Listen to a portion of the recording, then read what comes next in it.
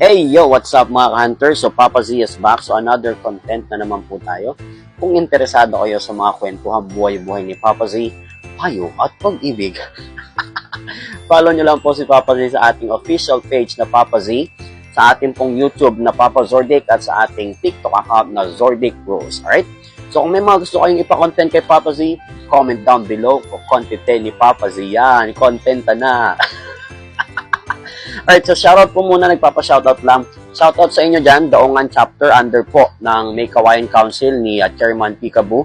So long live mga kapatid, long live sa inyo, Daungan Chapter. So minsan bababa dyan si Papa Z para sa inyo. Alright, so ano ba yung content ngayon ni Papa Z? Naniniwala ba kayo sa God's perfect timing?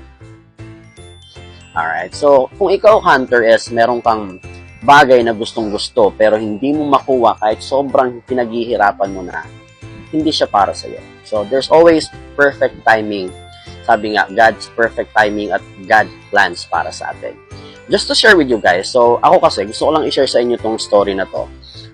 Sa trabaho kasi, meron akong posisyon na gusto kong makuha. Like, talagang sabihin ko ng dugo at pawis, dedication yung binubuhos ko doon para makuha ko yung posisyon na yon.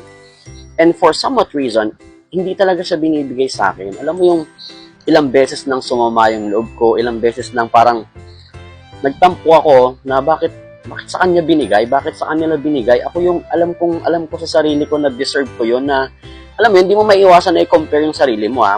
Again, hindi ako against dun sa mga tao na yun, pero for me lang, personally, naramdaman ko na bakit ganun?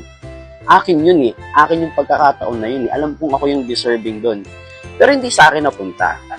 So, eto yung nagpa-realize sa akin na sabi nga nila, di ba, may plano si God para sa'yo. So, nagulat ako, siguro hindi ko na mabilang, almost mag-8 years na ako sa company namin, pero talagang pinaghihirapan ko, hindi talaga binibigay sa akin.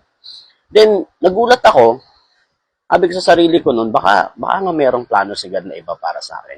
Then, eto nga, di ba, nag-start akong i-focus yung sarili ko, parang sabi ko, enough na siguro, let go ko na yan. Mag-isip ako ng ibang bagay na feeling ko para sa akin. And then nakita ko nga na merong TikTok affiliate na pagka mahilig ka mag-video, pwede kang kumita, ganito, ganyan. Tapos naalala ko yung YouTube channel ko, yung page ko, bakit di ko kaya ulit buhayin? Kasi ito, tuloy-tuloy na. Alam mo yun na, hindi ko pa masasabi na successful yung ginagawa ko, pero may mga result ako kahit maliliit. So sabi ko sa sarili ko na, ito yung plano ni God siguro sa akin. Hindi ako para doon sa posisyon na yun. Hindi para sa akin yun. Ito yung para sa akin. Ito yung time ko. Alright? So, yun yung gusto kong i-share sa inyo na whatever it is na pinaghihirapan nyo na hindi binibigay sa inyo, pag alam nyong tumodo na kayo, let go nyo na. Hayaan nyo lang. Kasi merong mas magandang plano si God para sa inyo.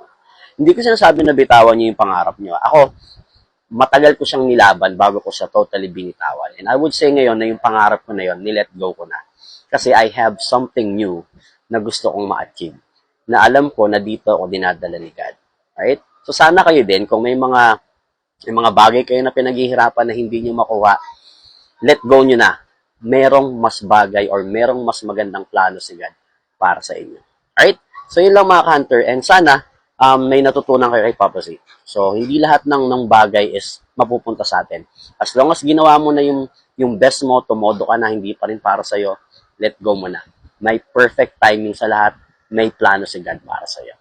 Yun lang po mga kapatid.